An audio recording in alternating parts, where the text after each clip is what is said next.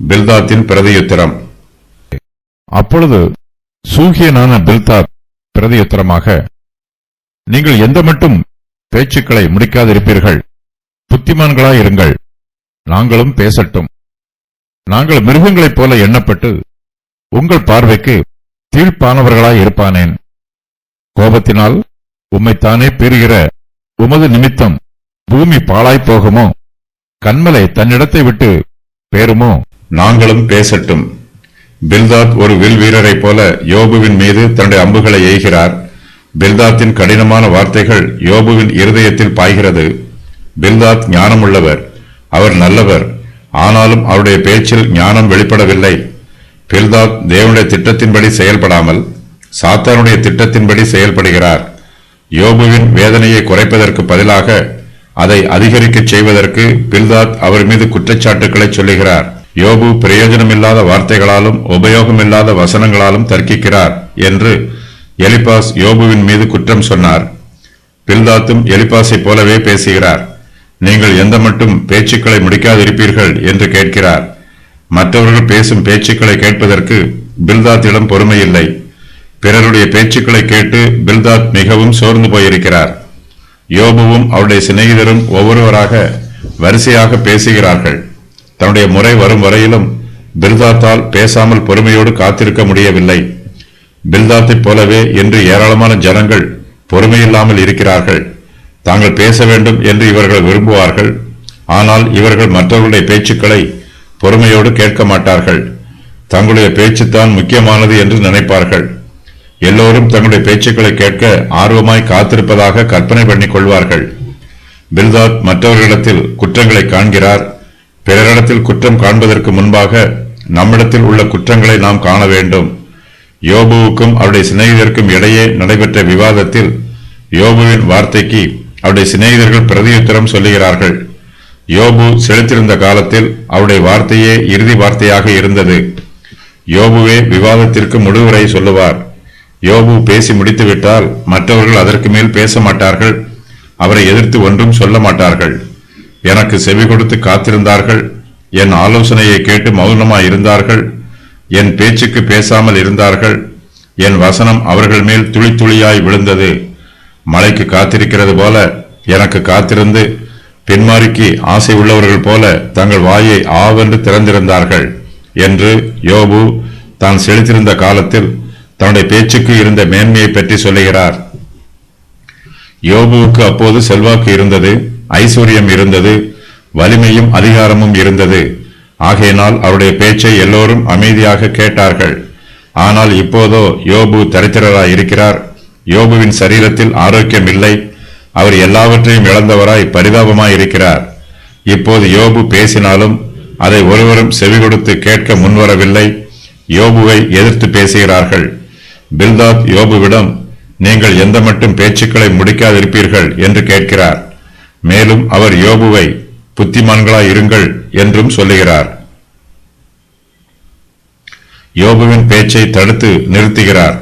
நாங்களும் பேசட்டும் என்று பில்தாத் யோபுவிடம் உரிமையோடும் அதிகாரத்தோடும் செல்லுகிறார். ஒரு காலத்தில் யோபுவின் அனுமதியை பெற்றுத்தான் மற்றவர்கள் பேசுவார்கள். ஆனால் இப்பொழுதோ பேசுவதற்கு கூட யோபுவுக்கு அனுமதி மறுக்கப்படுகிறது. பில்தாத்தின் பிரதியுத்தரம். யோபு எலிபாசிற்கு பிரதியுத்தரம் கூறி முடித்திருக்கிறார். அதற்கு அடுத்தபடியாக பில்தாத் தன்னுடைய இரண்டாவது சம்பாஷணையை ஆரம்பிக்கிறார். யோபுவின் மீது 7 விதமான குற்றச்சாட்டுகளையும் துன்மார்க்கர் மீது 30 விதமான அழிவுகளையும் பில்தாத் தன்னுடைய பிரதியுத்தரத்தில் கூறுகிறார்.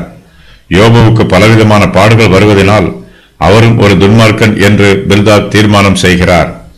பில்தாத் யோபுவின் மீது கூறும் குற்றச்சாட்டுக்கள்: நீங்கள் எந்த மட்டும் பேச்சுக்களை முடிக்காதிருப்பீர்கள், புத்திமான்களாய் இருங்கள், நாங்களும் பேசட்டும். நாங்கள் மிருகங்களைப் போல எண்ணப்படுகிறோம். உங்கள் பார்வைக்கு தீழ்ப்பானவர்களாய் இருக்கிறோம். கோபத்தினால் உம்மைத்தானே மீறுகிறீர். உமது நிமித்தம் பூமி பாழாய் போகாது. கன்மலை தன்னிடத்தை விட்டு பேராது. தீழ்ப்பானவர்கள். யோபுவின் சிநேகிதருக்கு அவருடைய பேச்சை பொறுமையோடு கேட்பதற்கு மனதில்லை. யோபு தன்னுடைய பேச்சை சீக்கிரத்தில் முடித்துவிட வேண்டும் என்று விரும்புகிறார்கள். அவர்கள் அவசரப்பட்டு முடிவு பண்ணுகிறார்கள்.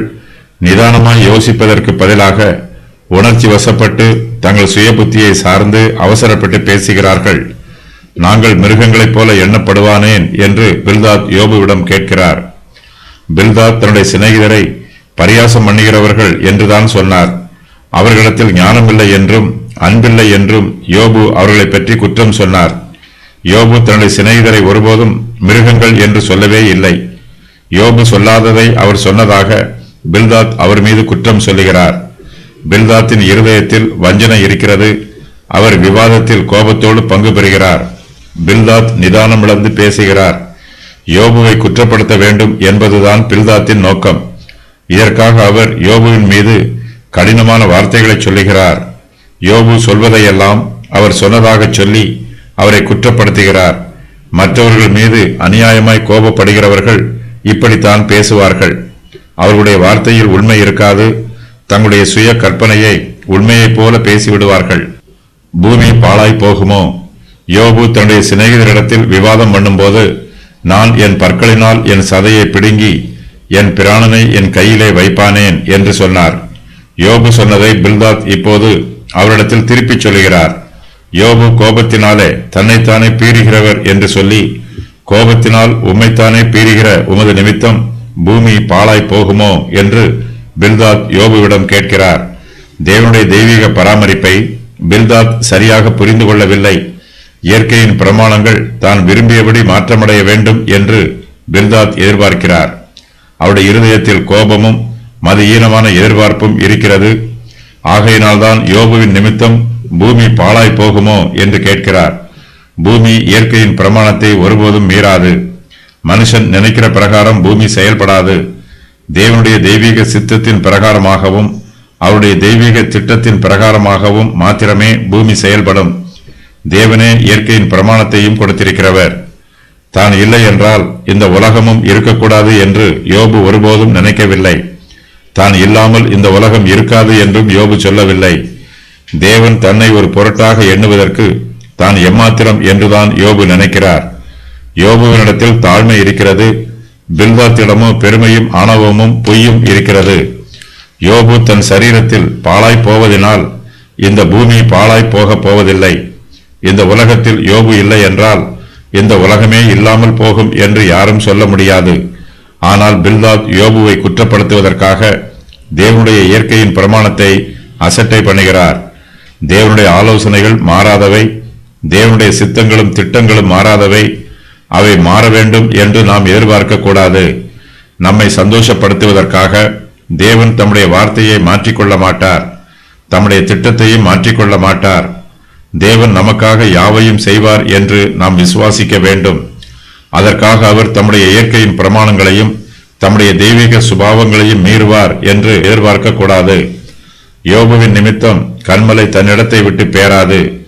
கோபத்தினால் உம்மைத்தானே பீறுகிற உமது நிமித்தம் கன்மலை தன்னிடத்தை விட்டு பேருமோ என்று பில்தாத் யோபுவிடம் கேட்கிறார். கன்மலை ஒருபோதும் தன்னிடத்தை விட்டு பேராது என்பது யோபுவுக்கு நன்றாய் தெரியும். பில்தாத் ஞானமுள்ளவராய் இருந்தாலும் இப்போது புத்தி இல்லாதவராக சிந்திக்கிறார். புத்தியீனமாய் விவாதம் பண்ணுகிறார்.